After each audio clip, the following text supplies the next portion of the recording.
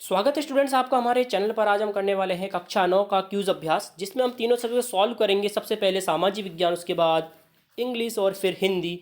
तो अंत तक बने रहिएगा स्टूडेंट। जो आपके एग्जाम आने वाले हैं, वार्षिक परीक्षाएं, उसमें 20 नंबर जो होंगे स्टूडेंट्स, वह इसी आधार पर तय किए जाएंगे आपके जो सत्रांक हैं कि आपने कितनी क्विज अटेम्प्ट किए है। तो स्टूडेंट से करना अनिवार्य है, उनमें से काफ़ी सारे प्रश्न आपको अपने क्वेश्चन पेपर में भी देखने को मिलेंगे। तो अंत तक बने रहिएगा। चलिए स्टार्ट करते हैं प्रश्न नंबर 1 से। निम्नलिखित मौलिक अधिकारों में से किस एक भारतीय संविधान का हृदय और आत्मा कहा जाता है? संवैधानिक औपचारिक का अधिकार। सऊदी अरब में महिलाओं की स्थिति है। महिलाओं को कई सार्वजनिक प्रतिबंधों के अधीन किया जाता है। अगला है, ग्वांतनामो बे में 600 लोगों को कैद करने का अमेरिका का क्या कारण था?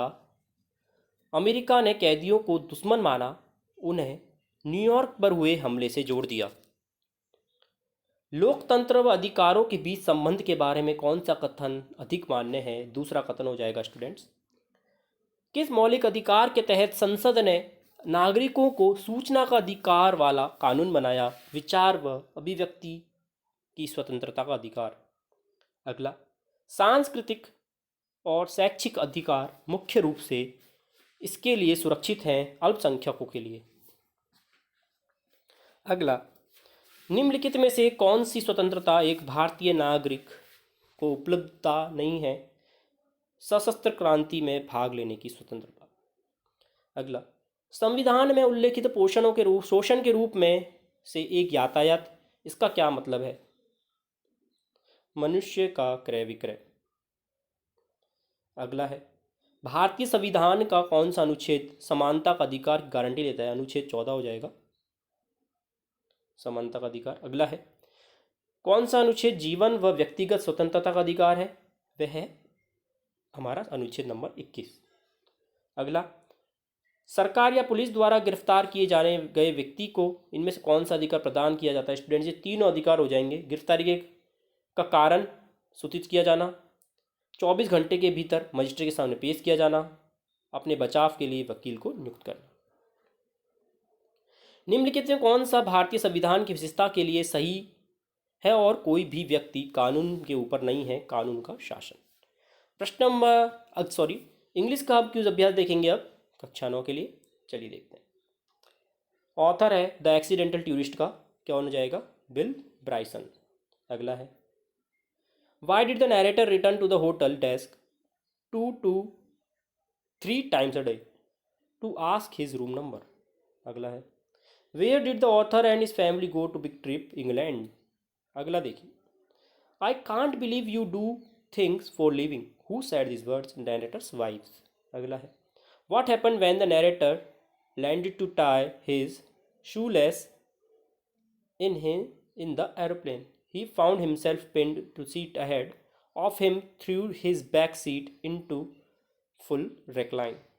अगला देखिए, how did the author manage to free himself? By clawing the leg of the man sitting next to him.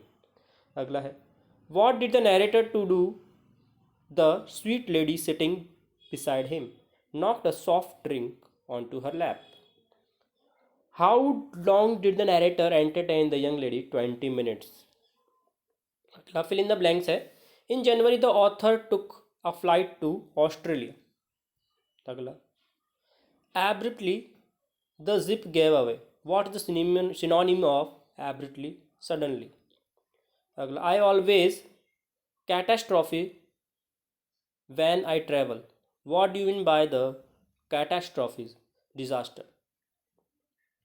अगला, of all the things I am not very good at, living in the real world is perhaps the most outstanding. What do you mean by the outstanding? Expansive good. अब हम करेंगे हिंदी का cues अभ्यास। प्रस्तुत पाठ के रचनाकार कौन है? पाठ कौन सा है? बच्चे काम पर जा रहे हैं, राजेश जोशी। प्रस्तुत पाठ में कवि ने किस सामाजिक बुराई का उजागर किया है? बाल श्रम को। इनमें से कौन राजेश जोशी द्वारा रचित काव्य संग्रह है? उपयुक्त सभी हो जाएगा। मिट्टी का चेहरा, नैप्थेमेसी, एक दिन बोलेंगे पेड़। अगला है, प्रस्तुत पाठ में कैसी पीड़ा व्यक्त की गई है? बच्चों के बचपन छीने जाने की।